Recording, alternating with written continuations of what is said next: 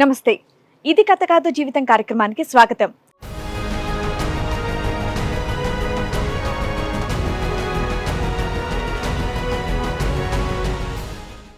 రెండు 2008లో పెళ్ళయింది. సో చక్కగా అంతా బాగానే ఉందిగా. ఇక్కడ వరకు దేనికి వచ్చారు? అంటే మా భర్త ఇంకో పెళ్లి చేసుకున్నాడు. అయ్యో,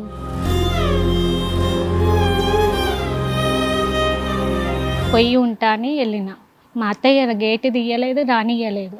నేనే బలవంతంగా తీసేసి లోపలికి వెళ్ళే వరకు కొట్టి పంపించారు.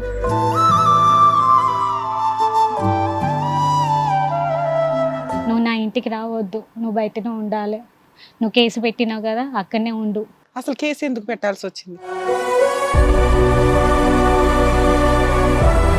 కేసు వేస్తే కాపురం పోతుందేమో, ఇతను మళ్ళీ రివర్స్ అవుతాడేమో, ఇద్దరు పసిపిల్లలు ఉన్నారు, ఎలా అని కొంచెం ఆలోచించుకొని ఉండాల్సింది కదా. నేను ఉన్నా మేడం, అయినా ఉండనివ్వలేదు.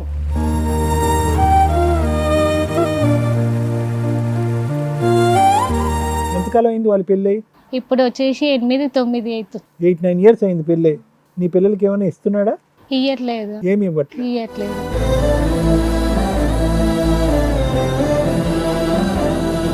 పెళ్ళైన 3-4 ఏళ్ళకి మనకు సీన్ అర్థమైపోయింది, వాళ్ళు నిన్ను ఇష్టపడట్లేదు, హింసిస్తున్నారు, ఫిజికల్ అటాక్ చాలా సీరియస్ గా ఉంది అని. ఏంటమ్మా ఈ పోరాటం? కడుపుతో ఉన్నాక గిట్లా నన్ను ఇక కడుపుతో కొట్టిండు, రక్తం అంతా వచ్చేసింది.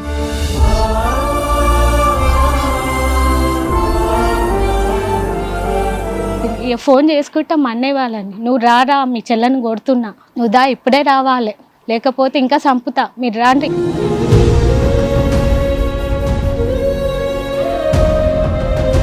ఎందుకు ఈ పోరాటం చేస్తున్నారు? 13 ఏళ్ల పోరాటం 3 సంవత్సరాల కాపురానికి.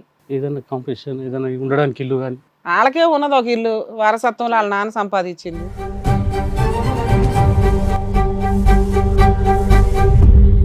తను కూడా సంపాదించింది మేడం. సంపాదించి ఎక్కడ పెట్టాడు? ఇప్పుడు ఎవరైతే చేసుకున్నారో ఆ, తన పేరు మీద ఏం మొత్తం కొన్నాడు? చేశాడు. ఇప్పటికి ఎన్ని కొన్నాడు? ఏదో ఒక ఇల్లు కొన్నాడంటే, ఒకటి శంషాబాద్ లో జాగా కొన్నాడని చెప్పి తెలిసింది మేడం.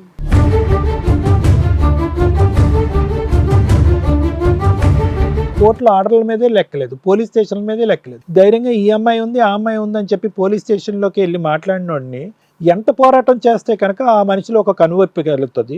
అందులో ఇంత ప్రయాణమా? ఇందాక నేను ఒక మాట నన్ను గుర్తుపెట్టుకోండి, మీ ప్రయాణం చిన్నది, పోరాటం పెద్దది. అంటే ఇంతోటి ప్రయాణానికి మీరు ఎంత ప్రయాణం చేస్తున్నారు?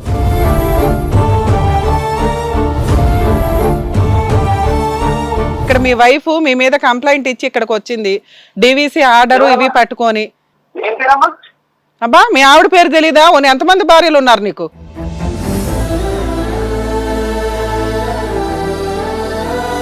ఈ కార్యక్రమంలో మనతో పాటు ఉన్నారు ప్రముఖ హైకోర్టు అడ్వకేట్ రమ్యాకుల గారు. నమస్తే మేడం. నమస్తే. ప్రముఖ సైకియాట్రిస్ట్ డాక్టర్ కళ్యాణ్ చక్రవర్తి గారు. నమస్తే సార్. నమస్తే మేడం. ప్లీజ్ కూర్చోండి. కూర్చోండి మేడం. సార్, మేడం, అసలు ఆవిడకి వచ్చినటువంటి సమస్య ఏంటో అడిగి తెలుసుకుందాం. రండి.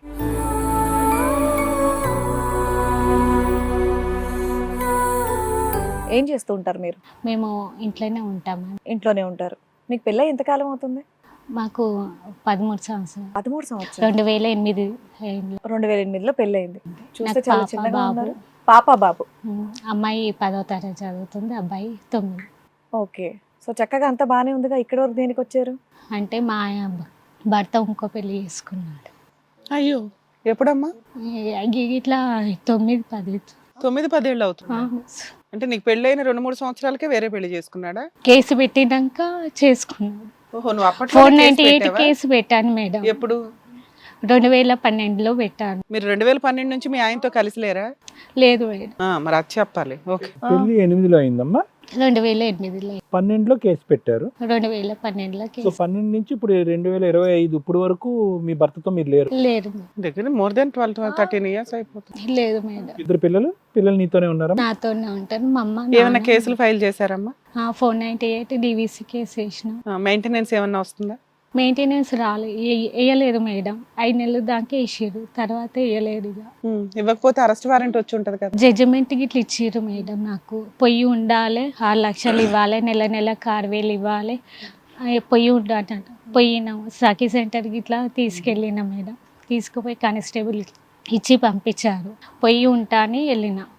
అంటే మా అత్తయ్య గేటు తీయలేదు, రానియలేదు. నేనే బలవంతంగా తీసేసి లోపలికి వెళ్ళే వరకు కొట్టి పంపించారు. ఉమ్. నువ్వు నా ఇంటికి రావద్దు, నువ్వు బయటనే ఉండాలి, నువ్వు కేసు పెట్టినావు కదా అక్కడనే ఉండు. అసలు కేసు ఎందుకు పెట్టాల్సి వచ్చింది?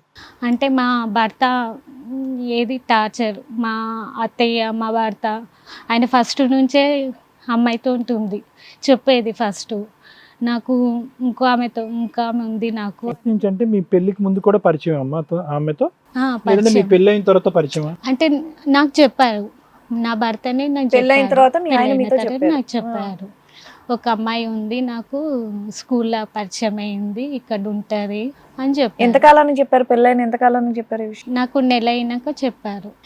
అప్పటి నుంచి ఇక నాకు మరి నిన్నెందుకు పెళ్లి చేసుకోవాల్సి వచ్చింది? ముందే పరిచయం అయితే ఆ అమ్మాయినే చేసుకోవచ్చు కదా, అడగలేదా మీరు? అంటే ఇప్పుడు నాతో ఉండది అని అన్నాడు. అంటే ఇప్పుడు పెళ్లి చేసుకున్నాం కదా, ఇక మంచిగా ఉంటారు కదా అన్నట్టు నేను సర్దిపోయినా. సర్దుకున్నావు కదా, తెలిసి తెలియనట్టుగా అలాగే సర్దుకుపోతే బాగుండేది కదమ్మా. కేసు దాకా ఎందుకు వెళ్ళావు? కేసు వేస్తే కాపురం పోతుందేమో, ఇతను మళ్ళీ రివర్స్ అవుతాడేమో, ఇద్దరు పసిపిల్లలు ఉన్నారు, ఎలా అని కొంచెం ఆలోచించుకొని ఉండాల్సింది కదా. నేను ఉన్నా మేడం, ఆయన ఉండనివ్వలేదు, మా అత్తయ్య ఉండనియలేము, మా మిస్టేక్ భర్త చేసింది ఆయన, ఉండలేము. అక్రమ సంబంధం పెట్టుకొని ఉన్నది ఆయన, నీకు తెలిసింది పట్టుకున్నావు, అడ్జస్ట్ అయ్యావు. అయ్యా, మళ్ళీ గొడవ ఈ పోలీస్ స్టేషన్ కి ఎందుకు వెళ్ళారు అంటున్నా. ఆ పోలీస్ స్టేషన్లో మాట్లాడారు, కూర్చొని మాట్లాడినాక ఇట్లా వీళ్ళే ఇదే తంతు. పోలీస్ స్టేషన్లో అయినా పెద్దల సమక్షంలో అయినా ఎక్కడెళ్ళు ఆయన సరే అంటాడు, నేను చూసుకుంటా అంటాడు, భార్య పిల్లల్ని చూసుకుంటా అంటాడు. అక్రమ మళ్ళీ అదే సంబంధం ఒకటేనా, విధంగా ఇంకేదైనా కష్టాలు ఉన్నాయా నీకు? అక్రమ సంబంధమే. ఇంకో పెళ్లి చేసుకున్నాడు, తన పిల్లలతో ఇప్పుడు హాయిగా ఉన్నాడు మేడం. నా పరిస్థితి ఏం పని వదిలేసి చేస్తాడమ్మా అతను? అతను ఏం పని- బంగారు షాప్. బంగారు షాప్. నీ పిల్లలు ఏం చేస్తున్నారమ్మా ఇప్పుడు? ఇప్పుడు అమ్మాయి 10th క్లాస్. అతనికి బంగారు షాప్ ఉందా? బంగారు షాప్ లో పని చేస్తాడా?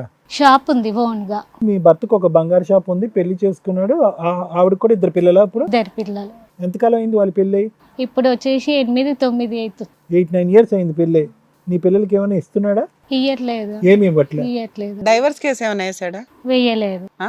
వెయ్యలేదు. ఇప్పుడు అడిగితే నేను ఉంచుకుంటాను, దగ్గరనే ఉంచుకుంటా, షాప్ కాడ ఉంచుకుంటా, నెలకు ఇంటికి కిరాయి కడతా, 100 రూపాయలు ఇస్తా రోజు అన్నట్టు మాట్లాడుతూ రోజుకి 100 రూపాయలు ఎందుకు? ఇంట్లో సరుకులు ఇచ్చి పిల్లల స్కూల్ ఫీజులు కట్టి కాపురం అయితే చేస్తానంటున్నాడు. చేసా అంటుడు, కానీ నేను చెప్పినట్టు వినాలంటే చెప్పినట్టు వింటా. కానీ ఇప్పుడు నేనన్నా మన సొంత ఇల్లు ఉంది, నేను అక్కడ ఉంటాను.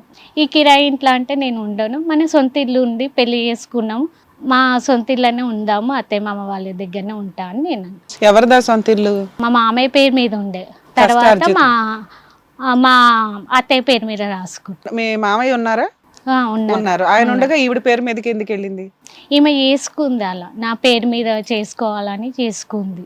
వాళ్ళ కష్టార్జితం వారసత్వంగా వచ్చిన ఆస్తి లేదు, వాళ్ళ అప్పట్లో తక్కువ 500 కొనుక్కున్నారు, ఇల్లు ఇల్లు కట్టుకున్నారు. మీ కట్టుకున్నారు. ఆయన ఏమీ సంపాదించలేదా? మా ఆయన అంటే సంపాదించిండు కానీ వేసిండు అంట, వేసి కట్టించిండు అంట. కానీ ఇప్పుడేమో ఏం లేదన్నట్టు వాళ్ళు మాట్లాడు. ఎంతమంది పిల్లలమ్మా మీ ఆయన వాళ్ళు? మా ఆయనకు 3 కొడుకులు, 2 ఆడపిల్లలు. నాకు మీ మామగారికి మా మామ 3 కొడుకులు, 2 ఆడపిల్లలు, 2 ఆడపిల్లలు, 5. 5. ఆయన కష్టార్జితం మీద రేపొద్దుట అది ఆస్తి పంచాలి అంటే 6 భాగాలు చేయాల్సిన ఆస్తి ఒక రకంగా. కానీ ఆడపిల్లలకి ఏదో పెళ్లి చేసి పంపించేశాడు. 3 భాగాలు అయితే చేసుకోవాలిగా. అందులో మీకు వచ్చే భాగం గురించి మీరు బాధపడుతున్నారు, అక్కడే ఉంటే సొంత ఇల్లు బాగుంటది అని. బాగుంటుంది. ఎన్ని పోర్షన్స్ అవసరం? అది 3 పోర్షన్స్లు ఉన్నాయి మేడం. ఇప్పుడేమో మేము ఉన్నది రెంట్కి ఇచ్చేసి ఆ రెంట్ ఈ షాప్కి కడుతున్నాడు.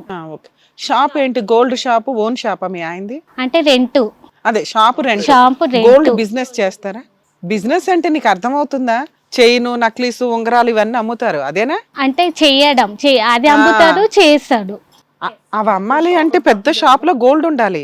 పెద్ద షాపే ఉంది మేడం. కదమ్మా, పెట్టుబడి అంతుందేనా? పార్ట్నర్స్ ఉన్నారా? ఉన్నారు, వేరే అబ్బాయి. అందులో 10 లక్షలు 20 లక్షల వరకు గోల్డ్ ఉంటుంది, అదంతా అతని సొంతమేనా? అంటే ఉన్నది అన్నారు, కానీ నేనైతే చూసిన మట్టికైతే గోల్డ్ అయితే బయట పెట్టలేదు, మరి చేసుకున్నాను. అదేనమ్మా, మీది గోల్డ్ షాప్ అంటే గోల్డ్ స్మిత్ పని చేస్తూ కొంచెం మిగిలిన వాటితో చేంజ్ చేస్తూ అమ్మడం, చేసుకొని ఉంగరాలు అమ్మడం చేస్తూ చేస్తున్నా. గోల్డ్ షో షాప్ లాగా అనకూడదు, అంటే మాకు ఈ మాదిరి కనిపిస్తుంది అక్కడ. మేడం షాప్ అంటే కొన్ని అదే కొన్ని చిన్న ఐటమ్స్ లాగా చేసుకుంటూ పెట్టేసి అమ్ముకుంటూ ఉంటాడు అంతే. పెట్టుకో. సరే, ఆ షాప్ లో చేసి తర్వాత అతను పెట్టుకున్నాడు.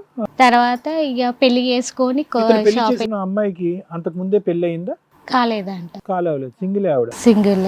అటాటా అంటున్నా, నీకేం తెలియదారా? ఏ అమ్మాయి గురించి అయితే చెప్పాడో ఆ అమ్మాయినే చేసుకున్నాడా? ఆ అమ్మాయి చేసుకు ఆ అమ్మాయినే చేసుకున్నాడు. మరి నిన్నెందుకు చేసుకోవాల్సి వచ్చింది? నన్ను ఫస్ట్ చేసుకొని ఈవిడ ఫస్ట్ తర్వాత సెకండ్ ఆవిడ పరిచయం అయింది. నెల రోజులు కేసు పెట్టంగానే ఫోన్ ఏది పెళ్లి చేసుకు కాదు నాన్న, నువ్వేం చెప్పావు?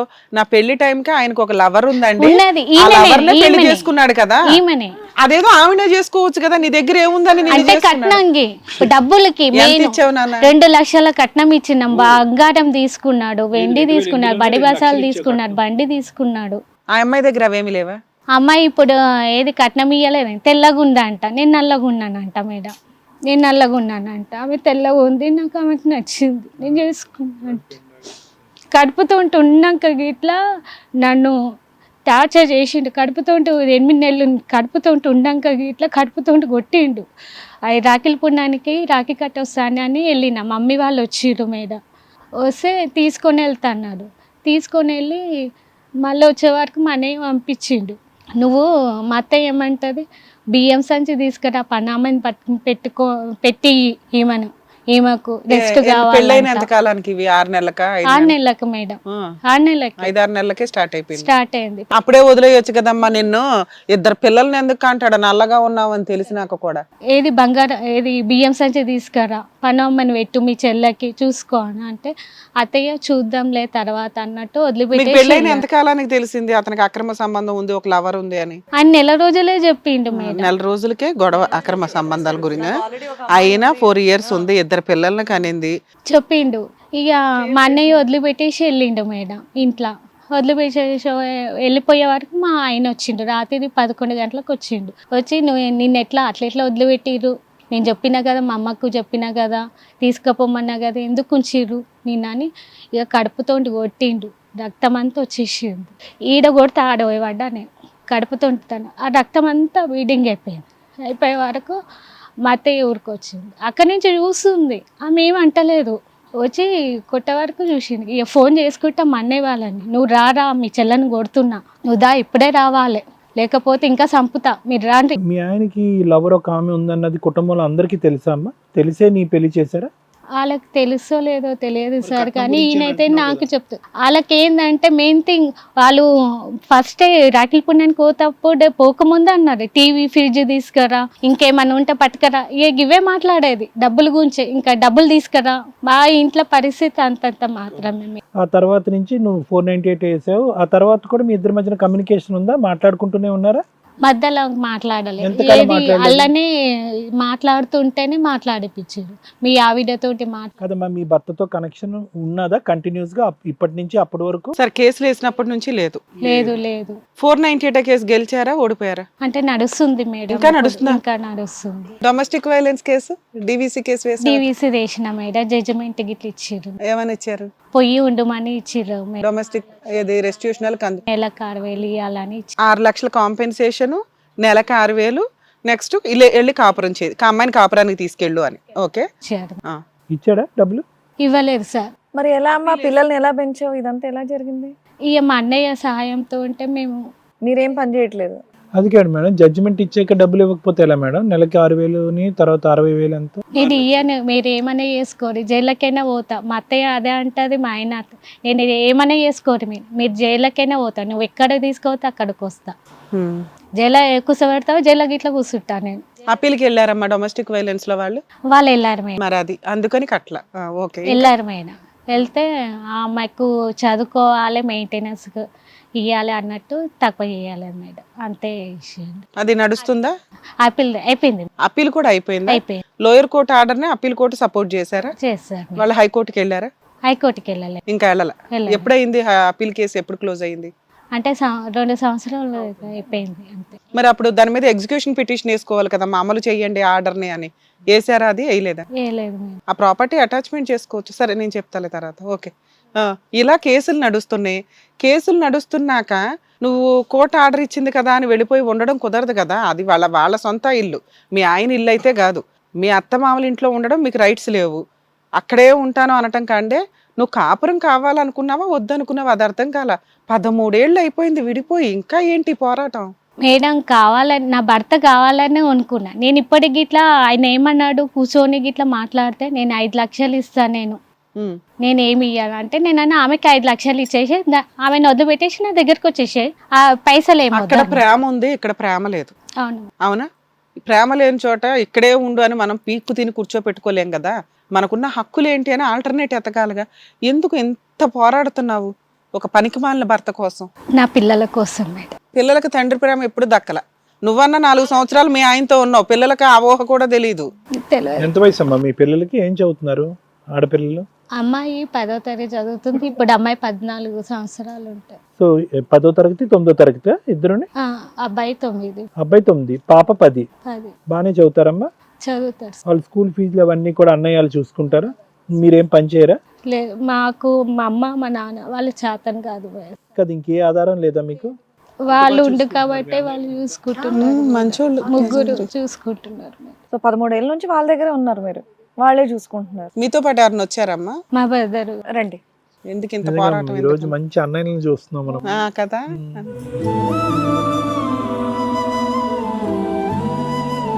సరే ఏంటి సార్ ఇది? ఎన్ని సంవత్సరాల పోరాటం ఎందుకు? ఎవరి కోసం? ఇది కరెక్ట్ పోరాటం అని అనుకుంటున్నారా మీరు? మీరు సపోర్ట్ చేయడం మేము మా స్టేజ్ నుంచి మేము ముగ్గురం కూడా నిజంగా అప్రిషియేట్ చేస్తున్నాం.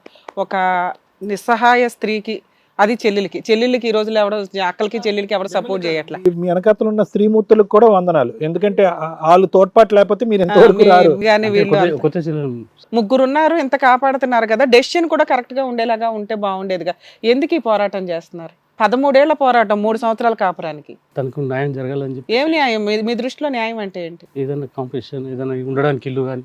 వాళ్ళకే ఉన్నది ఒక ఇల్లు, వారసత్వంలో వాళ్ళ నాన్న సంపాదించింది. తను కూడా సంపాదించింది మేడం. సంపాదించి ఎక్కడ పెట్టాడు? ఇప్పుడు ఎవరైతే చేసుకున్నారో తన పేరు మీద ఏం కొన్నాడు? ఇప్పటికి ఎన్ని కొన్నాడు? ఏదో ఇల్లు కొన్నాడంట. ఒకటి శంషాబాద్ లో జాగా ఉన్నాడని చెప్పి తెలిసింది మేడం. నిజమేనండి? మీకు మీకు నిజంగా ప్రూఫ్ ఉందా ఆవిడ పేరును కొన్నాడు సంపాదించాడు అనేది? ఆవిడేమైనా పని చేస్తుందా? వాళ్ళ త్రూ నుంచి వాళ్ళ బావాలు ఉన్నారు సార్, వాళ్ళ త్రూ నుంచి తెలిసింది. మా చుట్టాల వాళ్ళ ద్వారానే, చుట్టాల ద్వారా తెలిసింది. ఆవిడేమైనా పని చేస్తుందా? ఆమె తెలియదు. House wife. ఇన్ని సంవత్సరాలు ఏం తెలుసుకోకుండా ఎట్లా ఉంటారు? కాకపోతే మేము వెళ్ళాం మేడం పట్టుకోవడానికి, అక్కడి నుంచి పారిపోయారు. మళ్ళీ వాళ్ళ ఇల్లు సురాన్ కాలేజీ. 13 ఏళ్లలో ఆయన 498 వేసుకున్నాక సెకండ్ మ్యారేజ్ చేసుకున్నాడు, 2 పిల్లల్ని కన్నారు. వాళ్ళ బావలు మీకు టచ్ లో ఉన్నారు, వాళ్ళ ఆస్తుల గురించి చెప్తున్నారు కానీ వాళ్ళ వేరే అబౌట్స్ చెప్పట్లేదా? వాళ్ళ బావలు వాళ్ళ చుట్టాల ద్వారా తెలిసింది మేడం. అది ఆ చుట్టాల ద్వారా వాళ్ళు ఎక్కడ ఉంటున్నారు ఏంటని తెలియలేదా? వాళ్ళు షాప్ దగ్గరనే ఇక్కడ రెంట్కుంటారు అని చెప్పి మేమే ఎంకరేజ్ చేసాము. అయితే డీవీసీలో జడ్జిమెంట్ వచ్చింది. ఒకసారి జడ్జిమెంట్ పర్లేదులేండి చూద్దాం. జడ్జిమెంట్ కాపీ వచ్చింది మేడం. వచ్చిన తర్వాత 2019లో వచ్చింది. వచ్చిన తర్వాత వెళ్తే అక్కడ నుంచి వాళ్ళ అత్తగారు వాళ్ళు ఎలగొట్టారు. వాళ్ళ వెళ్ళగొడతారులేండి. ఇలాగనే ఎలగొట్టారు. పోలీసు సపోర్ట్ కూడా తీసుకున్నారు. సఖి సెంటర్ వాళ్ళు ఉండాలి కానీ ఆర్డర్ వచ్చిందంటే కూడా వాళ్ళు యాక్సెప్ట్ చేయలేదు, ఎలగొట్టేశారు. ఎలగొట్టేస్తే మాకు అప్పుడు డౌట్ వచ్చింది, ఎందుకు ఎలగొడుతున్నారు ఏంటని చెప్పేసి. అప్పుడు ఆ మూమెంట్లో కరోనా వైరస్ ఏదో అది స్టార్ట్ అయింది. దాని తర్వాత మళ్ళీ ఎంక్వైరీ చేస్తే తెలిసింది ఇంకో మ్యారేజ్ చేసుకుంటూ సెటప్ ఇక్కడ షాప్ వెనకాల పెట్టిండి అని చెప్పి తెలిసింది. సరే షాప్ ఎక్కడో తెలుసు కదా, షాప్ దగ్గర వదిలేపోయారా అమ్మాయిని? వెళ్ళాం మేడం. షాప్ దగ్గర పోతే కూడా అక్కడ ఎదురుగా సత్యనారాయణ కార్పొరేటర్ అని ఉన్నాడు.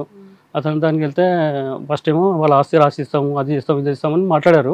తర్వాత ఈయన వెళ్ళి పైకి వెళ్ళి మాట్లాడొచ్చిన తర్వాత ఇక్కడ ఒక 6 నెలలు ఉండండి, ఒక 6 నెలల తర్వాత ఉన్న తర్వాత చూసి మేము రాసిస్తామని అంటున్నారు. వాళ్ళు అన్నారు. అతను అండ చూసుకొని ఇతను చాలా ఇది ఉన్నది మేడం, చాలా టూ మచ్ చేస్తున్నాడు ఇతను. ఎంతకాలం క్రితం విషయం సార్ ఇది? కోవిడ్ తర్వాత? కోవిడ్ తర్వాత సార్. ఆ తర్వాత మళ్ళీ మీరు అక్కడికి వెళ్ళటం కానీ మాట్లాడటం కానీ జరగలేదు? 2-3 సార్లు వెళ్ళాం సార్. 2-3 సార్లు వెళ్ళారు. ఫస్ట్ టైం తెలిసినప్పుడు వెళ్తే వాళ్ళకి తెలిసింది, తెలిసి పారిపోయారు. అక్కడ నుంచి సూర్యరంకాలని అక్కడికి వెళ్తే అక్కడి నుంచి పారిపోయారు వాళ్ళు. ఏంటి సార్ సొంత ఇల్లు పెట్టుకుని ఒక బంగారు షాప్ పెట్టుకుని ఎక్కడ పారిపోతారు వీళ్ళు? అంటే వీళ్ళు దొరికితే వాళ్ళు ఏం చేస్తారు అన్నట్టు పారిపోయారు సార్. పారిపోతారు, మళ్ళీ మీరు వెళ్ళిపోయాక తిరిగి వస్తారు. లేదు సార్, వాళ్ళు ఏం చేశారంటే అతను మా బావ పోలీస్ స్టేషన్లో జడ్జిలో సరెండర్ అయ్యాడు. సరెండర్ అయ్యి నేను ఇంకో పెళ్లి చేసుకున్నాను, 2వ పెళ్లి చేసుకున్నాను, వీళ్ళు కొట్టడం తిట్టడంతో నేను 2వ పెళ్లి చేసుకున్నాను అని చెప్పేసి అక్కడ సరెండర్ అయ్యాడు. అక్కడ వెళ్తే లేదు సార్ ఇట్లా జరిగిందని చెప్పి మొత్తం. ఎప్పుడు కొట్టడం తిట్టడం ఎప్పుడు జరిగినాయి ఇవన్నీ? నాకు ప్రెగ్నెన్సీ వచ్చినప్పుడు కొట్టిండు మేనా. కొట్టినప్పుడు నేను హాస్పిటల్కి వెళ్ళిన. అప్పుడే పోలీసు వాళ్ళు వెళ్తుంటే పోలీసు వాళ్ళు ఆపారు, జీడిమెంట్లో పోలీసు వాళ్ళు. అంటే మాకు ఇట్లా చెప్పిన రాత్రి ఇట్లా ఫోన్ చేసి మా అన్నయ్యను పిలిపించారు. ఇట్లా ప్రెగ్నెంట్ ఉన్న కాళ్ళతోటి తన్నిండు, రక్తం ఇట్లా. అంటే ఫస్ట్ ఆఫ్ ఆల్ హాస్పిటల్ తీసుకెళ్ళండి ఈ అమ్మాయిని అన్నాడు.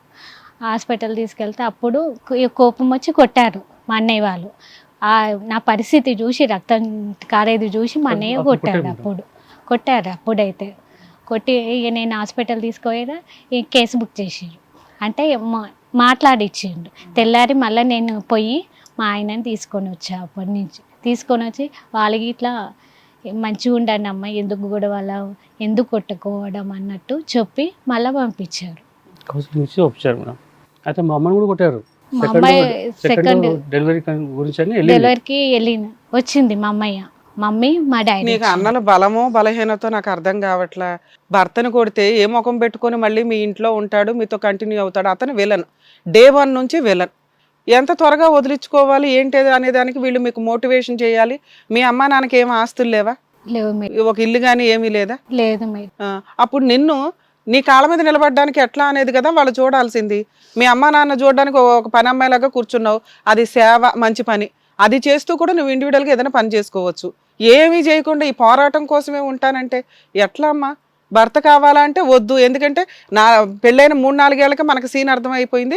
వాళ్ళు నిన్ను ఇష్టపడట్లేదు, హింసిస్తున్నారు, ఫిజికల్ అటాక్ చాలా సీరియస్గా ఉంది అని. నల్లగా ఉందని చెప్పేసి ఇంత క్రూయాలిటీ ఉన్న కేసులోకి మళ్ళీ మనం వెళ్ళాం. మనం ఎందుకోసం ఫైట్ చేయాలి? పిల్లలకి ఏమి న్యాయం చేయాలి ఏంటనేది. ఆ రోజుల్లోనే కేసులు స్ట్రాంగ్గా ఉన్నప్పుడు ఎంత వస్తుందో వసూలు చేసుకోవాలా, వదిలిపడేయాలా? ఏంటమ్మా ఈ పోరాటం? పెళ్ళి అంత పవిత్రమైన విషయం. అది 99% జనాలకి వర్కౌట్ అవుతుంది. ఎక్కడో 1% ఉంటుంది కర్మ కొద్దీ ఇట్లాంటి క్రూయల్ పర్సన్లు ఉంటారు. అప్పుడు ఏం చేయాలి? కట్ చేసుకొని వదిలిపడేయాలి, కొత్త జీవితం ఏంటని ఆయన చూసుకోవాలా? మీద ప్రేమ ఉండి ఇదంతా దీని ప్రేమ అంటారా? సైకోతనం అంటారు దీనికి. మళ్ళీ మీ అన్నలు అంతా సపోర్ట్ చేయడం కరెక్ట్ సైకోతనం మేడం. ముగ్గురు అలాగే ఉన్నారు మేడం. అతను ఫస్ట్ పెద్ద బాబు కూడా అతను కూడా లవ్ చేసినట. లవ్ చేస్తే అతను కూడా ఇదే సేమ్ వాళ్ళు పెద్దలతో మాట్లాడి తనను ఒక కొడుకుటిగా పంపించేశారు. పెళ్లి చేసుకోలేదు. సెకండ్ అతను కూడా ఇదే విధంగా చేశాడట. సెకండ్ అతను కూడా ఆయన కూడా అదే విధంగా చేస్తే అతను కూడా మాట్లాడి పంపించాడు. ఇతనైతే వాళ్ళు వేసే ముష్టి ఏమో కానీ ఈ అమ్మాయి కష్టపడి ఉంటే 15 ఏళ్లలో బోర్డు సంపాదించుకునేది. వాళ్ళు వీళ్ళు వేసేది ఏంటి? అది హక్కుగా ఎంత రావాలో అది వస్తుంది. రెండో బాబుని మేము చంపేసినామని అంటున్నారు. అతను తెల్ల పసులో వచ్చి చనిపోతే ఉస్మానియాలా మేము చంపేసినామని చెప్పి బదనాం చేస్తున్నారు. అంటే మీ పోరాటం చూస్తే అలాగే అనిపిస్తాయి. ఇంత కక్షగా ఉన్నారా? సరే ఇప్పుడు ఇక్కడ దేనికి వచ్చారమ్మా? మాకు మేమైతే ఎట్లాగోనో నన్ను బయట వేసేసారు మేడం. మా పిల్లలకు మాకు న్యాయం చేయాలి. ఎందుకంటే పాప ఉంది మేడం. కోర్టు ఆర్డర్సే ఉన్నాయి. మీరు అన్ని గెలిచారు కేసులు ఉన్నంతలో. ఆ ఆర్డర్ కాపీలు పెట్టుకొని అరెస్ట్ చేయించుకోగలరు తప్ప డబ్బు లేనోడి దగ్గర నుంచి డబ్బు తీసుకొచ్చి ఇవ్వలేం. వాడి పేరు మీద ఏమీ లేవు. అర్థమవుతుందా? కోర్టు ఆర్డర్లు ఇది. అందుకే చెప్తాం సెటిల్మెంట్లకు వెళ్ళండి. కేసులు మంచి పొజిషన్లో ఉన్నప్పుడు సెటిల్మెంట్కి వెళ్ళండి అంటే మేమే గెలుస్తాం, మేమే ఉద్ధరిస్తాం అనుకుని ఫైటులు చేసి ఆర్డర్ కాపీలు తెచ్చుకుంటారు. వాళ్ళ ప్లాన్ వాళ్ళకు ఉంటుందిగా. ఆడి పేరు మీద ఒక్క ప్రాపర్టీ కొనుక్కోలే, అన్ని సెకండ్ వైఫ్ పేరు మీద కొనుక్కున్నాడు. ఓపెన్గా పోలీస్ స్టేషన్కి వచ్చి చెప్పండి నన్ను అరెస్ట్ అన్నా చేసుకోండి కానీ నా దగ్గర చిల్లిగవ్వలేదు అని. రెండో ఆప్షన్ ఏంటి? పెద్ద మనుషులు ఎవరినో చూసుకుని ఇంటి దగ్గర కాపురం అయితే పెడతానంటున్నాడు. ఆ కాపురానికి వెళ్ళడానికి మనం రెడీగా లేము. ఎందుకంటే మనకు ప్రొటెక్షన్ లేదు కాబట్టి. ఆయన నిజంగా తీసుకెళ్ళి ఏం ప్రేమగా చూడడు, నీకు నువ్వుగా వెళ్ళిపోయేలాగానే చేస్తాడు. ఎందుకంటే ఇష్టం లేని ప్లేసుల్లో ఫోర్సుబుల్ కాపురాలు వర్కౌటే కావు. కొత్త జీవితాలు ఎత్తుక్కోవాలా, ఇండివిజువల్గా బతకడం ఎట్లా అని చూడాలి. ఇంత నిస్సహాయంగా ఉండే స్త్రీలు అంటే నాకు అస్సలు నచ్చదు తల్లి. ఏం బాధితులు? ఏ జనరేషన్లో ఉన్నావు నువ్వు? 40 ఏళ్ల క్రితం మీ అమ్మలు అన్నారంటే పోను ఓకే, అప్పుడు సొసైటీ వేరు, అప్పుడు సర్కిల్ వేరు. నీ అదృష్టం బాగుండి మీకు ఇట్లాంటి బ్రదర్స్ దొరికారు కానీ వీళ్ళు మేము అవతలగా అంటే ఇప్పటికి పర్ఫెక్ట్గా సెటిల్ అయ్యేదాన్ని. ఇది మంచి అయిందో చెడు అయిందో కూడా నాకు అర్థం కాలే. అది సార్ మీరేమంటారు? అంటే ఎందుకు బాధగా ఉందంటేనమ్మా, ఒక పక్క నుంచి నువ్వు భర్త గురించి బాధపడి ఏడుస్తున్నావు మాకు అర్థం కావట్లేదు, పిల్లల భవిష్యత్తు గురించి ఏడుస్తున్నావు మాకు అర్థం కావట్లేదు. ఎందుకంటే 2008లో జరిగినటువంటి పెళ్ళి ప్రయాణం తక్కువ, పోరాటం ఎక్కువ ఇక్కడ. ఓకే, పట్టుమని 2-3 సంవత్సరాలు మీరు ప్రయాణం చేశారు. ఈ లోపల 2 పిల్లలు అన్నాడు. ఆ మహానుభావుడు మనసులో ఒక మనిషిని పెట్టుకుని నల్లగా ఉన్నామని రంగుని గురించి హేళన చేస్తూ నీతో 2 పిల్లల్ని ఎందుకు అన్నాడు అనేది నాకు అర్థం కావట్లేదు. ఒక 2 లక్షల గురించి పెళ్లి చేసుకున్నాడు, అంతవరకు అర్థమైంది. కానీ ఏం కట్నం వస్తుందని చెప్పి నీ ద్వారా పిల్లలు అన్నాడు అనేది నాకు అర్థం కావట్లేదు. అంటే ఆ మనిషి యొక్క క్యారెక్టరు, ఆ కర్కోటమైనటువంటి మనస్తత్వం అనేది మొదటి నుంచే మనకు అర్థమైపోయింది ఇక్కడ. సరే, కట్నం గురించి, ఆశ గురించి, డబ్బుల గురించి పెళ్లి చేసుకున్నాడు. పిల్లల్ని కంటం ఎందుకు? అందులో నల్లగా ఉన్న అమ్మాయి, నచ్చినటువంటి అమ్మాయితో పిల్లలు కంటం ఎందుకు? సరే, ఆ వ్యక్తి అటువంటి వ్యక్తితో ప్రయాణం చేసావు, హింస పెట్టాడు, బాధ పెట్టాడు, ప్రెగ్నెన్సీగా ఉన్న తన్నాడు, నిన్ను బాధ పెట్టాడు, మీ తల్లిని బాధ పెట్టాడు, కుటుంబాన్ని అంతా బాధ పెట్టాడు. ఇప్పుడు నువ్వు దగ్గర 2008, ఇది ఇప్పుడు 2025, అంటే ఆల్మోస్ట్ ఒక 17 సంవత్సరాల తర్వాత ఎందుకమ్మా నీ భర్త కావాలంటే ప్రేమ అండి అని అంటున్నావు. అసలు అది అర్థం లేదమ్మా. అది ఎక్కడ కూడా మ్యాచ్ అయ్యేటటువంటి అంశం కాదు. మా అందరికీ ఈరోజు కలిగేటటువంటి బాధ ఏంటంటే చారి గారు లాంటి వాళ్ళు, లేదంటే ఇంకో ఇద్దరు ముగ్గురు అన్నదమ్ములు ఉన్నా కూడా ఇతను ఒక్కడిని చూసి నిన్నొక్కదాన్ని చూస్తే మీ కుటుంబంలో ఉండేటటువంటి మీ అందరి యొక్క మనస్తత్వం క్లియర్ కట్గా అర్థమైపోతుంది. చాలా వెన్నపూస లాంటి మీ మనస్తత్వాలు మీరు. పోరాటం అనేటటువంటిది ఫైట్ చేస్తారు, కానీ ఆ ఫైట్ ఎటు దిక్కున పోతుంది, ఎక్కడ పోతుంది, పోరాటం చేస్తున్నాము ఫైనల్గా వచ్చేటటువంటిది ఏంటి అని అసెస్మెంట్ చేయలేకపోతున్నారు. బ్యాక్గ్రౌండ్లో మీరు పోగొట్టుకుంటుంది చాలా ఉంది. మీరు ముందుకు వెళ్ళిపోతున్నారు, ఫైట్ చేస్తున్నాం అని. వాడి పరిస్థితి ఎలా ఉంది అంటే అలాంటి వాడిని నేను వాడు వీడు అన్నగానే అనాలి, తప్పదు. ఎందుకంటే కనుక ఇందాక అనే మాటకి నాకు చాలా కోపంగా ఉందండి. బ్యాక్గ్రౌండ్లో ఒక ఫిగర్ని పెట్టుకుని, ఒక అమ్మాయిని పెట్టుకుని, ఈ అమ్మాయిని ఏదో బొమ్మల పెళ్లి చేసుకుని కట్నం దొబ్బేసి, కట్నం తీసేసుకుని, ఇద్దరు పిల్లల్ని కనేసి ఎడారిలో వదిలేసి ఈ అమ్మాయిని ఏ దిక్కు చేసిన అంటే ఆడు అనొచ్చు, ఈడు అనొచ్చు, ఏమన్నా అనొచ్చు. సో దానికి ప్రత్యేకంగా మనిషిని చూడక్కర్లేదు. నిండా ములిగినోడికి చలేంటి అన్నట్టుగా అతను వ్యవహరిస్తున్నాడు ఈరోజు. లెక్కలేదు, ఏదో పిచ్చి తిరుగుతుంది వెళ్తుంది. కోర్టుల ఆర్డర్ల మీదే లెక్కలేదు, పోలీస్ స్టేషన్ల మీదే లెక్కలేదు. ధైర్యంగా ఈ అమ్మాయి ఉంది, ఆ అమ్మాయి ఉంది అని చెప్పి పోలీస్ స్టేషన్లోకి వెళ్ళి మాట్లాడినోడిని ఎంత పోరాటం చేస్తే కనుక ఆ మనిషిలో ఒక కనువైపు కలుగుతుంది. ఎన్ని ఇలాంటి వేదికల దగ్గర కూర్చుని మనం మాట్లాడితే అతనికి ఒక అవగాహన వస్తుంది, ఆలోచన వస్తుంది. ఇంకేంటంటే ఆ మనస్తత్వంలో ఏంటంటే ఆ విపరీతమైన బుద్ధి డెవలప్ అయిన తర్వాత కొన్ని అంశాలు మనం ఫోన్ కాల్స్లోనో కాంప్రమైజ్ అనో మీడియేషన్ ద్వారా మాట్లాడటం వేస్ట్. అందులో ఇంత ప్రయాణమా? ఇందాక నేను ఒక మాట నన్ను గుర్తుపెట్టుకోండి, మీ ప్రయాణం చిన్నది, పోరాటం పెద్దది. అంటే ఇంతటి ప్రయాణానికి మీరు ఎంత ప్రయాణం చేస్తున్నారు? ఈరోజు ఇక్కడికి వచ్చారు, మా ఉద్దేశం ఒకటే అవ్వాలి, నాది కానీ రమ్య మేడం గారిది కానీ శ్రీవాణి గారిది కానీ ఒకటే ఉద్దేశం అవ్వాలి. ఇంకా దయచేసి బంగారం లాంటి భవిష్యత్తు టైము వేస్ట్ చేసుకోవద్దమ్మా. సగ జీవితం అయిపోయింది ఈ పనికిరాని పోరాటానికి.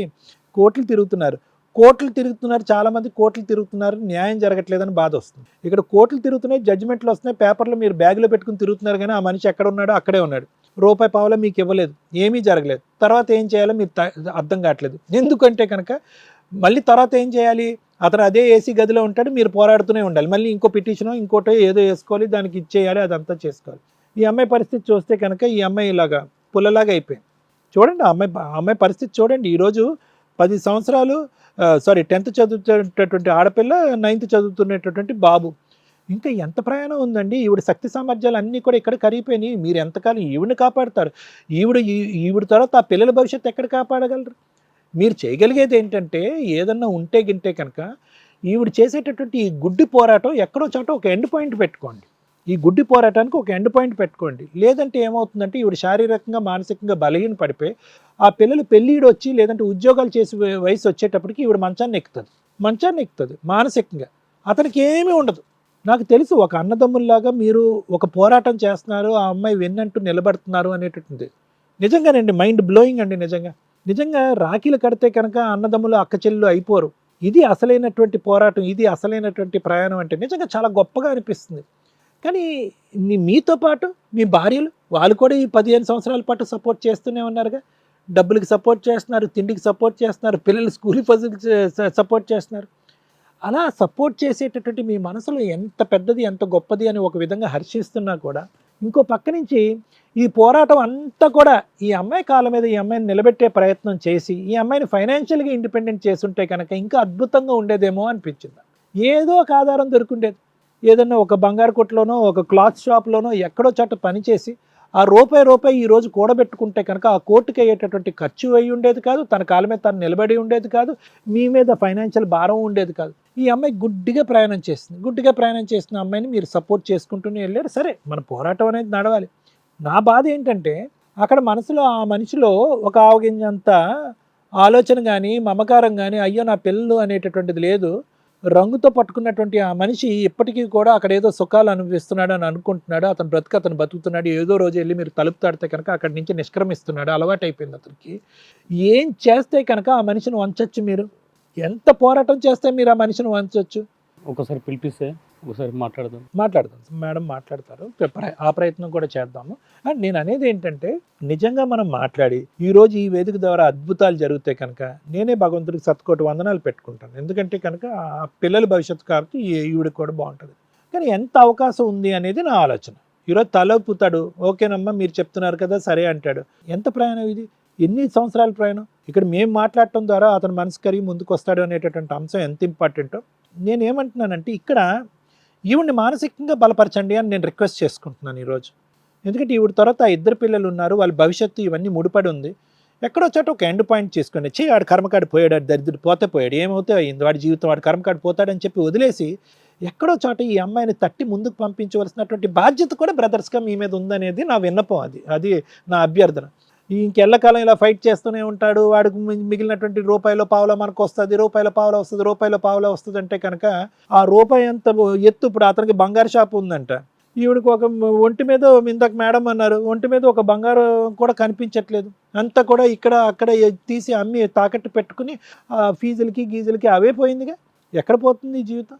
సో ఒకటేనమ్మా, నేనేమంటున్నానంటే నీ పోరాటం అనేటటువంటిది మంచిదే, కాదనట్లేదు, but not at the cost of your welfare. అంటే నీ పిల్లల యొక్క భవిష్యత్తు, మీ ఆరోగ్యం, మీ మానసిక శారీరక ఆరోగ్యం తాకట్టు పెట్టి చేయవలసినంత పోరాటం కాదు. పోరాడండి, ఒక 5 సంవత్సరాలు పోరాడండి, ఒక 6 సంవత్సరాలు, ఇదే ఇక్కడ 15-20 సంవత్సరాల పాటు ఈ పోరాటం ఏంటమ్మా? సరే సార్, చూద్దాము మేడం ఏం చెప్తారో కూడా ఆలోచిద్దాం. ఇదైతే కనుక నా ఉద్దేశం. Okay, thank you sir. Madam, నా చేతులు ఇట్లా కట్టేశారు మీరు. ఇలా కట్టేసిన చోట అద్భుతాలు చేస్తామని దేనికన్నా లిమిటేషన్ ఉంటుంది. మ్యాక్సిమం మేము ఎంత చేయగలమో అంత చేస్తాం. మీరు ఏదైతే నమ్ముతున్నారో అది మా వంతు ప్రయత్నం, మా టీం అంతా చేస్తాం, మేము ముగ్గురం చేస్తామండి. మా లిమిట్స్ దాటి చేయలేం. కోర్టుకు వెళ్ళని కేసులు, కోర్టులో ఫ్రెష్గా ఉన్న కేసులు, కోర్టు బడ్డెని తగ్గించడానికి మా వంతు ప్రయత్నం మేము చేస్తున్నాం. కోర్టులో న్యాయం జరిగిపోయింది, కోర్టులో న్యాయం జరిగిన తర్వాత మేము వాటిని మారుస్తూ ఏవో అద్భుతాలు చేస్తామంటే కొంచెం కష్టం. 15 ఏళ్ల పోరాటం, ఇన్ కేస్ ఒక 3-4 ఇయర్స్ ఇప్పుడు నడుస్తూ ఉంటే మీరు ఎక్స్పెక్ట్ చేయింది, మీరు ఏదైతే ఎక్స్పెక్ట్ చేస్తున్నారో అది చేయడానికి మేము 100% ఇంటికి వెళ్ళి మరి ఆడు జుట్టు పట్టుకొని లాక్కొచ్చేదాన్ని. ఎందుకంటే ఇక్కడ 2 పిల్లలు ఉన్నారు. 15 ఏళ్ల తర్వాత నా రిక్వెస్ట్ మహిళల్ని, ఇండియన్ లా సిస్టమ్ మారటానికి టైం పడుతుంది. దయచేసి ఒకసారి పెళ్ళయింది కాబట్టి అతనే జీవితం, అతనే డబ్బులు ఇవ్వాలి, అతని ఆస్తు నుంచే రావాలి, లేకపోతే మేము బతకం అంటే ఆడు పోయాడు అనుకోండి, బతుకుతారా? బతకరా? సెల్ఫ్ రెస్పెక్ట్తో బతకడం అనేది ఇండియన్లో ఉన్న దేవతల యొక్క లక్షణం. స్త్రీని చాలా గౌరవించే కంట్రీస్లో నెంబర్ 1 పొజిషన్లో మనం ఉంటాం. కానీ ఇక్కడ స్త్రీల పరిస్థితి ఎంత హీనంగా ఉందంటే, కొంతమంది ఆలోచన విధానం, మగవాళ్ళు లేకపోతే బతకలేమనే స్టేజ్లోకి వెళ్తే ఏ జనరేషన్లో ఉన్నట్టు? మీ ఎనర్జీ మొత్తం వేస్ట్ అయ్యింది. ఇలా ఎంతమంది ఉన్నారు బయట?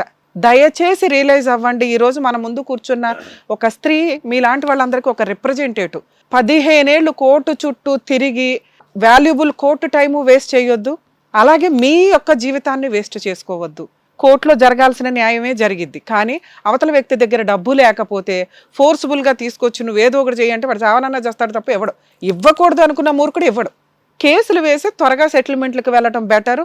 వచ్చిందే వచ్చినట్టు, లేకపోతే ఆడ పాపాన వాడేపోతాడు. ఎందుకంటే 2 పిల్లల్ని కానీ సమాజంలో వదిలేసిన వ్యక్తికి ఆ ఏడుపు తగులుతుంది కదమ్మా.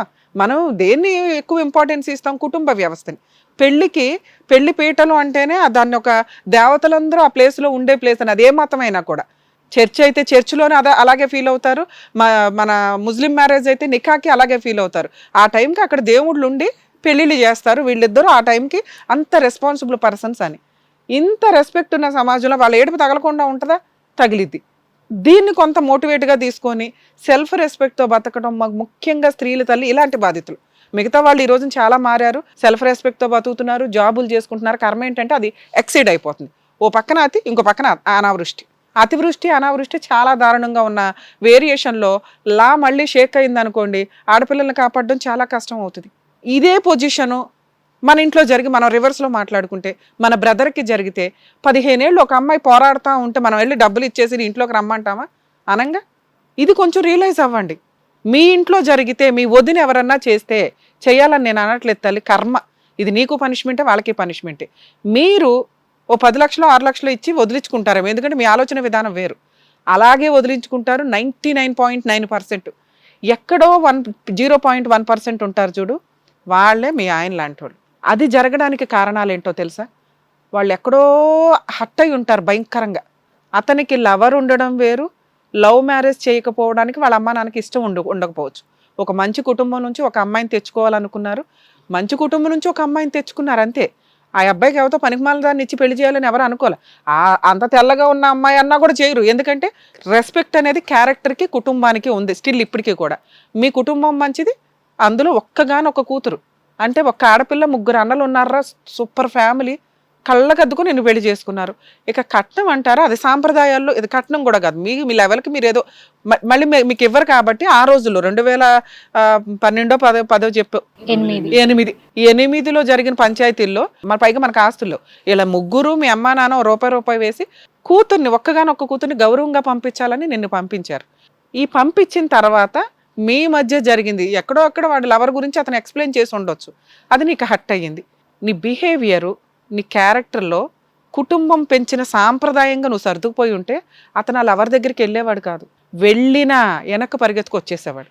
అలాంటి వ్యక్తిని మార్చుకోకుండా హక్కుగా అని మాట్లాడేసరికి మగాడు ఇలాగే బయటకు పోతాడు. వెళ్ళిపోయినాడు. ఎట్లా అయిందంటే ముందు మీకు అత్తామామలతో కూడా పడలా, వాళ్ళు హింసించారు, హస్బెండ్ హింసించాడు. ఎంతలా హింసించాడంటే చంపేయడానికి కూడా ప్రిపేర్ అయిపోయేంత అంత క్రూయాలిటీ ఉన్న ఇంట్లోకి మళ్ళీ నువ్వు వెళ్ళటం అనేది జరిగే పని కాదు. నువ్వు 2014లో 498 కేసు ఏదైతే పెట్టావో అది చాలా స్ట్రాంగ్ కేసు ఆ రోజులు. 2012లో 2017 నుంచి కొంచెం 41 నోటీసులు రియలైజేషన్స్ వచ్చినాయి. అంత స్ట్రాంగ్ టైంలో మీరు కేసు ఫైల్ చేసినప్పుడు వాళ్ళు వణికిపోయి ఉండాలి. మీకు ఆ టైంలో జరిగే సెటిల్మెంట్ స్ట్రాంగ్ సెటిల్మెంట్. ఆ రోజు మీరు కరెక్ట్ డెసిషన్ తీసుకోవాలి. ఎందుకంటే మీ వెనకాల ఉన్న దమ్ము ధైర్యం మీ బ్రదర్స్. ఎరగదీసేద్దాం వాడిని, ఏమన్నా చేద్దాం అనే ఆ రోజున్న పొగరు 15 ఏళ్ళు తిప్పి కొడితే ఈరోజు లేకుండా పోయాయి. ఎందుకు అంటే లా యొక్క వాల్యూ ఎప్పుడు వాడుకోవాలి, ఎంత వాడుకోవాలని మనకు తెలుసుంటే ఈ రోజున వాడు వస్తే బాగుండు అని అనాల్సలా. ఎందుకంటే వాడు పీక మన చేతిలో ఉన్నప్పుడు వదిలేసి ఆడు ఎక్కడో పారిపోయినాక చిన్న దారం పెట్టుకొని ఆ దారం లాగుదామా అంటే దారం ఎంత దూరం, ఆ దారమే మేము. ఎందుకంటే మీకు కోర్టు ఆర్డర్లు రాకపోతే నేను నువ్వు కూర్చున్న దగ్గర నుంచి చూడగానే ఫీల్ అయ్యా, రే ఎంత కష్టంగా ఉందేంటి పిల్ల, ఈ అమ్మాయికి ఏదో ఒకటి చెయ్యాలి, ఏం చేద్దామా అని థింక్ చేస్తున్నాను. విన్నారుగా, కేసులు చాలా మైనస్లు కనిపించినాయి. అయినా కూడా కనీసం ఆ దారంతో ప్రయత్నిద్దామన్నా కోర్టు మీకు ఆల్రెడీ ఫేవరబుల్ ఆర్డర్స్ ఇచ్చేసింది. ఇక్కడ మేమేదో ఇట్లా కూర్చొని అద్భుతాలు చేస్తామంటే ప్లీజ్ అండి, మేము చాలాసార్లు ఎపిసోడ్స్లో చెప్పాం, మా తాహతకి మించి మేము చెయ్యలేం. ఎందుకంటే మీ ఎక్స్పెక్టేషన్స్ చాలా ఎక్కువగా ఉంటున్నాయి. ఎందుకంటే కోర్ట్స్లో కొంచెం టైం పడుతుంది, ఒకే స్టేజ్ మీద నెంబర్ ఆఫ్ ఇమ్మీడియట్గా సొల్యూషన్స్ దొరుకుతున్నాయని. ఈ ఎగ్జాంపుల్ చూసి మీరు ఇలా బిహేవ్ చేయకుండా ఉంటారు అనటానికి ఈ షో ఒక ఎగ్జాంపుల్గా ఉపయోగపడుతుంది. వాల్యుబుల్ సజెషన్స్ అది లీగల్గా కానీ సైకలాజికల్గా కానీ మీకు యూజ్ అవుతాయి అని. ఎందుకంటే ఈ ఎపిసోడ్లు చూసి అరే మేము ఈ మిస్టేక్స్ చేయకూడదని రియలైజ్ మేము రెక్టిఫై అయ్యామండి అని కామెంట్స్ కింద చూస్తే మాకు చాలా హ్యాపీగా అనిపిస్తుంది. అలా ఇండైరెక్ట్గా కొన్ని లక్షల మందికి మేము ఉపయోగపడుతున్నాం అనడానికి మాకు హ్యాపీగా అనిపిస్తుంది. కానీ ఇలా డైరెక్ట్గా వచ్చేటప్పుడు కొంచెం ఎక్స్పెక్టేషన్స్ హెవీగా వస్తున్నాయి. ఎంతవరకు చేయగలుగుతాం? ఇట్లాంటి అద్భుతం ఒకటి జరిగిద్దా? ఆ అబ్బాయి మా స్టేజ్ మీదకి వచ్చి సెటిల్ చేసుకుంటాడా? 15 ఏళ్ల పోరాటం. ఆ అబ్బాయి కూడా విక్టిమే ఒక రకంగా. 5 years లోపు అబ్బాయి ఎక్యూజ్డ్, విలను. 5 to 6 years దాటిపోయిన తర్వాత ఇంక అయిపోయాయి. 7 years మ్యాక్సిమం ఒక వ్యక్తిని మనం క్యాలిక్యులేట్ చేస్తే 15 years పోరాటమా? 498 ప్రొసీడింగ్స్ ఉన్నాయి. ఇంకో 10 ఏళ్ళు మీరు ఫైట్ చేస్తారు. మీ ఆలోచన విధానం మార్చడానికే నా ప్రయత్నం. ఇలా ఉన్న వాళ్ళందరూ ఆలోచన విధానం మార్చడానికే నేను సారు ఎంతసేపు మాట్లాడిందండి. ప్లీజ్ స్టాప్ చేయండి ఇక్కడ నుంచి. వాడి పాపన వాడే పోతాడు, ఇంతే. ఆ కోర్టులో ఏం జరిగిద్దో అది. మీరు ఏదన్నా జాబ్ చేస్తే మీరు బయటికి వెళ్ళి, చాలా మందికి ఉండే మైనస్ ఏంటంటే అతను ఇచ్చే 6,000కే మెయింటెనెన్స్ మళ్ళీ రాదేమో మేము ఏదైనా జాబ్ చేస్తే. 6,000 ఒక కోటి ఈ జనరేషన్లో ఇచ్చింది అంటే అతని ఫైనాన్షియల్ కెపాసిటీ ఏంటో తెలుసా? ₹1,00,000 శాలరీ ఉన్నవాడికి 70,000 80,000 ఆర్డర్ చేసి పడేస్తున్నారు, సస్తున్నారు అక్కడ జెంట్స్. అలాంటి కేసులో నీకు 6,000 ఆర్డర్ అయింది 3 కంటే, పిల్లలు ఇంకా మైనర్లు. అతని ఫైనాన్షియల్ కెపాసిటీ కూడా అంత వీక్గా ఉన్నట్టే. మీరు చెప్తున్న గోల్డ్ బిజినెస్ అని కాదు. అంటే మేడం ఒక్కళ్ళకే వచ్చింది, నాకు ఆర్డర్కి ఒక్కళ్ళకే వచ్చింది, పిల్లలది రాలేదు. ఎందుకు రాలా? పిల్లలది మెన్షన్ చేయలేదంట. ఎందుకు మెన్షన్ చేయు? 15 ఏళ్ళు ఏం పోరాడుతున్నావు మరి? చేయలేదంట మెన్షన్. టూ మచ్ ఉందమ్మా. 15 ఏళ్ళు ఏం పోరాడుతున్నావు? నువ్వు మెయింటెనెన్స్ కేసు వేసుకోకుండా ఎందుకున్నావు? డొమెస్టిక్ వైలెన్స్ కేసులో మెయింటెనెన్స్ అడుగుతావుగా, అందులో పిల్లలు బతికిలేరా నీకు? అప్పటికి లాయరు మెన్షన్ చేయలేదు అని అన్న లాస్ట్కి వచ్చేవారు. లాస్ట్కి రావడం ఏంటమ్మా? పిటిషన్ కాపీ చదువుతుంటే మీకు అర్థం అవుతుంది కమ్మా. పిల్లల పేర్లు మెన్షన్ చేయకుండా ఎట్లా ఉంటావు? నువ్వు చెప్తావుగా, సఖీ కేంద్రానికి వెళ్ళినప్పుడు నువ్వు చెప్తావు కదమ్మా, నేను నా భర్త ఇట్లా హింసించాడు మా అత్త అని అందరి పేర్లు పెట్టిన దానివి 2 పిల్లల పేర్లు పెట్టడం రాలేదా? చేయలేదు సార్. ఫస్ట్ కేసు అప్పుడే మీ పిల్లలు ఉన్నారు కదా, ఉన్నారు. పిల్లలు ఉన్నప్పుడు ఇప్పుడు కేసు ఎవరెవరి మీద నడిచిందో చెప్పమ్మా. మీ హస్బెండ్ మీద, మీ అత్త మామల మీద. ఇంకేమన్నట్టు బావలో వాళ్ళు కూడా ఉంటే వాళ్ళ పేర్ల మీద కూడా నడిచి ఉంటది. వాళ్ళు తీసేసారు. తర్వాత తీసేశారు, జడ్జి ఏదో రియలైజ్ అయ్యి తర్వాత తీశారు. తీసేసారు. వాళ్ళ పేర్లు పెట్టాలని నీకు తెలిసినప్పుడు నీకు ఇద్దరు పిల్లలు ఉన్నారు అని పేర్లు పెట్టలేదని చెప్పాను మేడం, వాళ్ళిద్దరిది తీసేసి నాది ఒక్కటి పేరు మీదనే రాసిర్రు. జడ్జి గారు అడుగుతారమ్మా, అమ్మ ఇద్దరు పిల్లలు ఉన్నానన్నా కదా, వాళ్ళకి మెయింటెనెన్స్ అవసరం లేదా అని. మీరు అడగాలిగా. మీరు ఏదో ఒక రోజు చెప్తారు నా పిల్లలకి తిండి పోషణ అంతా నా అన్నాలు చూసుకుంటున్నారండి అంటే, మరి పిల్లల పేరు మీద కూడా పిటిషన్ వేయమ్మా అని ఉంటారు కదా. నీకు ఇవాళ డీవీసీ కాదు, ఎప్పటి నుంచో డీవీసీ. అవునా? పిల్లల పేర్లు ఇంక్లూడ్ చేయమని పర్మిషన్ పిటిషన్ ఎందుకు వేసుకోవాలా? మాకు తెలియదు మేడం, లాస్ట్ మాకు చెప్పి. లాస్ట్ లో కాదు నాన్న, ముందులోనే చెప్తారు.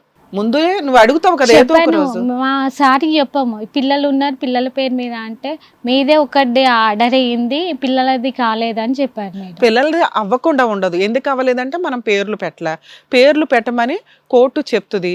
ఒకవేళ పెట్టకపోతే పర్మిషన్ పిటిషన్ వేసుకుంటే ఇమీడియట్ గా అలౌ చేస్తారమ్మా. అవి 15 ఏళ్లలో మీరు ఆ పోరాటం చెప్పలేదు మేడం సార్ అయితే మాకు. మా అదే ఓకే సరే నాన్న, ఇప్పుడు ఆ ప్రాసెస్ మాట్లాడిన నీకు ఒక్కదానికి 6 లక్షలు ఆర్డర్ అయింది, నీకు ఒక్కదానికి 6,000 ఆర్డర్ అయింది, అంతేనా? సో ఇదే ఈ పోరాటాలు ఏంటంటే ఒక స్టేజీ వరకు బాగానే ఉంటాయి. నెక్స్ట్ మీరు ఒక పెద్ద మనిషి దగ్గరికి వెళ్ళారు, ఆ పెద్ద మనిషి ఒక 6 నెలల కాపురం చెయ్యండి అన్నారు. చెయ్యొచ్చు కదా, ఏంటి నీ బాధ? చూస్తానికి ఏంటి, 6 నెలలు అయితే 4 రోజులు వెళ్తేనే కదా మనకు తెలుస్తుంది నిజమా కాదా అని. మేడం ఆయన పోయినా గిట్లా అదే తంత అవుతుంది మేడం. ఆయన ఏమంటుండంటే కరెక్ట్ లీగల్ ఫైటింగ్ చేయలే, కాపురం వెళ్ళటం ఇష్టం లేదు, ఏం పోరాటం చేస్తున్నావో నీకు తెలియదు. ఇక్కడ ఒక అద్భుతం జరిగిపోవాలని ఎక్స్పెక్ట్ చేస్తున్నారు. ఏమవుతుందమ్మా అక్కడికి వెళ్ళి నువ్వు బలంతంగా మేడం అన్నట్టు ఇల్లు ఉంటే ఏమవుతుంది? చంపేస్తాడా? అసలు అమ్మాయికి ఇష్టమే లేదు, డే 1 నుంచే ఇష్టం లేదు కాపురం. మేడం అట్లా అని కాదు మేడం, పోయి ఉంటా గిట్లా ఇదే తంతు మేడం. అవునులే అమ్మా, ఇంక ఇప్పుడు వేస్ట్లే అమ్మా. అసలు ఇప్పుడు మేమేం ఎక్స్పెక్ట్ చేయట్లేదు ఇస్తామని చెప్పినా మేడం. కిరాయి ఇంట్లో కాకుండా సొంత ఇల్లు ఉంది కదా సార్, సొంత ఇంట్లో. ఇదే మీకు చెప్పాను ఇందాక, మన పొజిషన్ లోకి అటు వెళ్ళి ఆలోచించుకుంటే మీకు ఆన్సర్ దొరికేస్తుంది అని. మన ఇంట్లో ఒక మగపిల్లోడికి ఇలా జరిగితే సొంత ఇంట్లో 15 ఏళ్ల తర్వాత ఒక అమ్మాయిని రానిస్తామా? వస్తే ఏంటో తెలుసా, మళ్ళీ ఆ ఇంట్లో నుంచి బయటికి వెళ్ళదు, ఆ ఆస్తి రాసిచ్చేదాకా. ఎవడన్నా గుణపం తెచ్చుకొని పక్కన పెట్టుకుంటారా? ఓ పక్కన అమ్మాయికి ఇష్టం లేదు, అది మొక్కలో ఒక్క నిమిషం మాట్లాడితే 2వ నిమిషంలో చెప్పేస్తుంది నాకు వాళ్ళు ఇష్టం లేదని. ఇందాక మేము మాట్లాడితే భర్త అంటే ప్రేమ అండి అంది. ఈ 2 టాలీ అవ్వు. ఎందుకంటే ఇంతకాలం జరిగిన ఏదైతే పోరాటం ఉందో ఆవిడికి అసలు అతను అంటే అసహ్యం, ఇష్టము లేదు. ఎందుకు ఇవన్నీ మాట్లాడుకోవడం? మనం కావాల్సింది ఫైనాన్షియల్ సెటిల్మెంట్. అతను అమ్మాయిని వదిలి రాడు, మీరు అతని దగ్గరికి వెళ్ళరు. ఆ డైవర్స్ లేదో ఇచ్చేసుకుని వచ్చేదేదో సెటిల్మెంట్ చేసుకుంటే అయిపోద్ది. మీ అదృష్టం బాగుండి ఇప్పుడు ఫోన్ చేస్తాను, తీస్తే ఏదైనా పిలిపించి సెటిల్మెంట్ చేయడానికి చూస్తా ఉన్నాను. ఒకసారి మా హస్బెండ్ ట్రై. మేడం మ్యాక్సిమం ఇట్లాంటి కేసుల్లో ఇన్ని సంవత్సరాల నుంచి వాళ్ళు ఫైట్ చేస్తున్నారు కాబట్టి మా అడ్వకేట్తో మాట్లాడతామండి అని అనడానికి అవకాశం ఉంది. మీరు మమ్మల్ని నమ్ముకొని వచ్చారు కాబట్టి మన వంతు ప్రయత్నం అన్న. హలో, అడ్వకేట్ రమ్యాని మాట్లాడుతున్నానండి. ఇది కథ కాదు జీవితం ప్రోగ్రామ్ నుంచి. ఇక్కడ మీ వైఫ్ మీ మీద కంప్లైంట్ ఇచ్చి ఇక్కడికి వచ్చింది, డీవీసీ ఆర్డర్ ఇవి పట్టుకొని. అబ్బా, మీ ఆవిడ పేరు తెలీదా? ఎంతమంది భార్యలు ఉన్నారు నీకు? అదే మీ భార్య పేరు ఏంటో చెప్పండి ఫస్ట్. ఏమయ్యా, అర్థం అవుతుందా అర్థం కావట్లేదా నేను మాట్లాడేది? ఇప్పుడు రండి. ఎక్కడున్నారు మీరు? షాపూర్ లో ఉన్నారు. మీ వైఫ్ వచ్చింది మా దగ్గరికి. మీ 15 ఏళ్ల నుంచి ఎందుకు అయ్యా కోర్టుల చుట్టూ తిరుగుతున్నావు? ఏదోటి ఫుల్ అండ్ ఫైనల్ సెటిల్మెంట్ చేసుకోవచ్చు కదా. ఓకేనమ్మా, నాకేం మేడం, నాకేం లేదు. ఆమె వాళ్ళే మధ్యన కాంప్రమైజ్ వస్తారు, మళ్ళీ వాళ్ళు తీసేస్తారు. వాళ్ళందరూ రౌడీలు పుట్టాడుతారు. అదే ఇప్పుడే మేము నడిపిస్తాను మా నిజం తెలుసు. పుట్టాడుతారు వాళ్ళు. పుట్టాడ మనిషి వాళ్ళు చెప్పండి. అవునవును సార్, ఇప్పుడు అలా సార్ వినండి, ఇక్కడ రమ్య గారు మాట్లాడుతున్నారంటే మీకు ఈ పాటికి కొంత ధైర్యం రావాలి. ఆవిడ నిజం మాట్లాడతారు. ఆవిడ ఎవరికి ఏ రకంగా ఒకరితో మాట్లాడుతున్నారంటే అవతల వాళ్ళకి కూడా న్యాయం జరిగిద్దని మీరు ఈ పాటికే నాలెడ్జ్ ఉండాలి. సో కొంచెం మీరు టెన్షన్ తీసుకోకండి, కూల్ మాట్లాడండి. ఇప్పుడు మీ ఆవిడ మమ్మల్ని ఏమడుగుతుంది? నాకు నా భర్త కావాలండి, సెకండ్ వైఫ్ ని వదిలేసి నాతో హ్యాపీగా ఉండాలని అడిగింది. దానికి మేము కౌన్సిలింగ్ ఇచ్చాం. వినండి వినాలి అమ్మ, అలాంటి అద్భుతాలు 15 ఏళ్ల తర్వాత మేము చెయ్యడం కుదరదు. వాళ్ళకి పెట్టాల్సిన గడ్డి పెట్టాం. నేను ఇచ్చిన వాళ్ళకి సజెషన్ ఏంటంటే, ఫుల్ అండ్ ఫైనల్ సెటిల్మెంట్ చేసుకో తల్లి, 2 పిల్లలు ఉన్నారు, ఎందుకు కోర్టుల చుట్టూ తిరగడము? ఏదో మీరేం అడుగుతారో చెప్తే నేను అతనితో మాట్లాడతాను. ఇన్ కేసు ఆ అమౌంట్ మీకు వాళ్ళకి ఓకే అయితే కొంచెం ఎంఓయూ రాసుకొని ఆ ఉన్న కేసులన్నీ కూడా క్లోజ్ చేసుకొని మ్యూచువల్ డైవర్స్ తీసుకోండి అన్న. దానికి ఒక్క నిమిషం సార్, దానికి ఆ అమ్మాయి ఓకే అంది. మీరేమన్నా దీనికి ఓకే అంటే మీరు ఒక 1 hour లో ఇటు రాగలిగితే నేను ఈ స్టేజ్ మీద ఆ ప్రాబ్లం క్లియర్ చేసి మీ 15 ఏళ్ల పోరాటానికి ఇద్దరిని ఫ్రీ చేస్తా.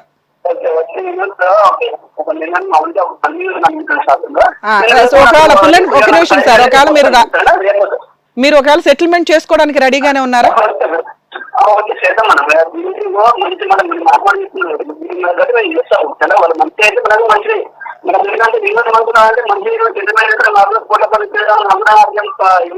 సరే సార్, ఒకవేళ మీరు సెటిల్మెంట్ అయితే ఒక్క నిమిషం సార్, సెటిల్మెంట్ అయితే మీరు ఎంతలో ఉన్నారు? 3 ఉన్నారు. ఆల్రెడీ కోర్టు ఒక 6 lakhs అయితే మీ ఒక్క వైఫ్ కోసమే ఆర్డర్ చేసి ఉన్నారు. మరి పిల్లలకి తనకి ఏమి ఇస్తారో చెప్పండి. నేను ఆఫీస్కి పిలిచి మీ చేత ఎంఓయూలు రాయించి మీకు ఆ కేసులన్నీ క్లోజ్ చేయిస్తాను. నేను ఫ్రీ సర్వీస్ చేస్తాను మీకు.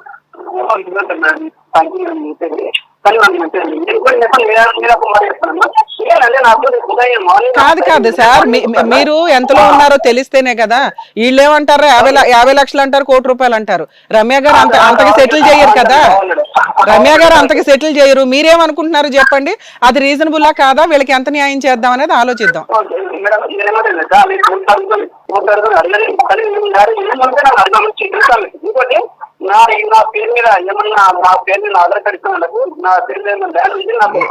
మీరు ఆల్రెడీ ఎవరికి కొనాలో ఎక్కడ కొనాలో కొనేసారు సీక్రెట్ గా. 15 ఏళ్లలో మీరే ఈ పాటికి పెద్ద లాయర్ అయిపోయారు.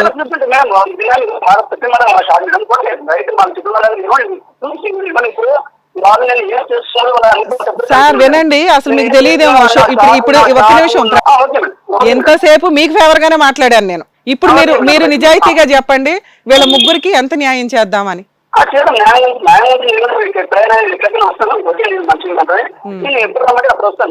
సరే సార్, మీరు ఈ లోపు మీ ఇంట్లో వాళ్ళతో నాకు ఆస్తి లేదు అది కాదు, 15 ఏళ్ళు నీ కూతుర్లు ఇద్దరు బయట ఉన్నారు, మ్యూచువల్ డైవర్స్ ఇప్పిస్తాను అంటున్నాను. సో దానికి సంబంధించి మీ 15 ఏళ్ల పోరాటాన్ని నేను క్లియర్ చేయడానికి రెడీగా ఉన్నా. రేపు ఆఫీస్కి రండి, మీకు ఇన్ఫార్మ్ చేస్తా. లేదా మీరు మీ అడ్వకేట్లతో మాట్లాడుకుంటానన్నా నాకు ప్రాబ్లం లేదు. ఇన్ కేస్ అక్కడ సాల్వ్ అవ్వకపోతే మళ్ళీ మా దగ్గర నుంచి కాల్ వస్తుంది. మీరు అనవసరంగా కోర్టు చుట్టూ తిరక్కండి అని నా రిక్వెస్ట్. అలాగే సార్, అలాగే సార్, మా వాళ్ళు కాల్ చేస్తారు మీకు. థ్యాంక్ యూ అండి, థ్యాంక్ యూ సార్. ఇంకొకసారి అదృష్టం మీ తలుపు తట్టింది. మేము అని తెలియడం వల్ల అతనిలో కొంత భయం ఉంటుంది. వెనకాల మా టీం అంతా ఉందని అతనికి అర్థమవుతుంది. ఈ రోజు మీరు కరెక్ట్ డెసిషన్ తీసుకోకపోతే ఈసారి మిమ్మల్ని ఎవరు కాపాడలేరు. అత్యాశకి వెళ్ళకండి. రీజనబుల్ అమౌంట్లో సెటిల్మెంట్లకు వెళ్ళిపోండి. ఆ 498 డీవీసీ క్లోజ్ అవుతుంది. మీకు పిల్లలకి అతనికి ఎటువంటి సంబంధం లేదు. మీ పిల్లలు, మీరు, మీ ఫర్దర్ లైఫ్ 15 to 20 వచ్చినా తీసుకొని వదిలించుకోండి అనే చెప్తాను నేను. ఇంతకంటే ఒక అద్భుతం జరగదమ్మా. మీరు అడగడం ఆ రేంజ్లోనే ఉండాలి. ఫైనల్గా మిమ్మల్ని ఎవరో బతులాడి యాక్సెప్ట్ చేయించినట్టుగా 20 to 25 వస్తే కూడా పీడ వదిలించుకోండి అని చెప్తాను. ఎందుకంటే బెస్ట్ ఆప్షన్ లేదు. ఎందుకంటే కోర్టే మీకు 6 లక్షలు ఆర్డర్ ఇచ్చినప్పుడు వాళ్ళిద్దరికి చెరో 5 lakhs. 15 to 25 లోపు ఎంత వచ్చినా బంపర్ ఆఫర్ కింద లెక్క. మీరు ఇంకొకసారి ఈ అవకాశాన్ని వదులుకుంటే ఇంకెప్పటికీ సెటిల్మెంట్ అవ్వదు. మీరు లేదు మేడం నాకు భర్త పేరుకు ఉండాలి, పిల్లలకి తండ్రి ఉండాలి, ఈ సినిమా కబుర్లు వద్దు. మీ కేసు వేరే. క్యాష్ తీసుకో, ఏదైనా బిజినెస్ స్టార్ట్ చేస్తారా, ల్యాండ్ ఇన్వెస్ట్మెంట్లు పెడతారా ఆలోచించుకోండి. ఇప్పటి నుంచి కొత్త స్త్రీగా మారు. 2 పిల్లలకి తల్లివి. నువ్వు ఎట్లాగో ఇంకో మ్యారేజ్ చేసుకో. నీ లైఫ్ స్టైల్ ఏంటి అంటే ఒకడే భర్త ఇట్లా అని. ఇలాంటి అమ్మాయిలు దొరకట్లా కర్మ కొద్దీ. ఇట్లాంటి వాళ్ళకి ఇలా జరిగింది. మంచి పిల్లవి, క్యారెక్టర్తో ఉన్నావు. 2 పిల్లల కోసం సెల్ఫ్ రెస్పెక్ట్తో బతుకు. మళ్ళీ ఆ 15 లక్షలతోటో ఆ 20 లక్షలతోటో లైఫ్ వేస్ట్ చేసుకోకండి. అవి సేఫ్టీ పర్పస్. అతనికి మీరు ఇస్తున్న పనిష్మెంట్ కింద లెక్క. 15 ఏళ్ల పోరాటం అంటే వాడి జీవితం సర్వనాశనం అయిపోయింది. అంతకంటే పెద్ద పనిష్మెంట్ అవసరంలా. అయినా ఇంకా తిరగలేని అంటున్నాడు కాబట్టి ఉన్నంతలో మ్యాక్సిమం. ఇంతకంటే బెటర్గా ఏం జరగదు sir.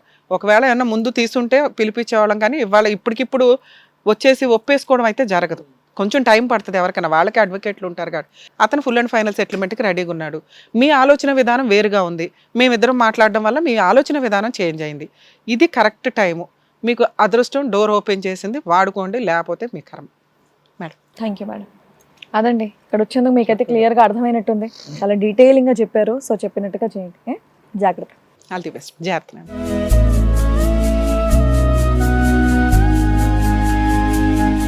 Thank you so much sir. Thank you so much madam. మరో కథతో మళ్ళీ కలుద్దాం.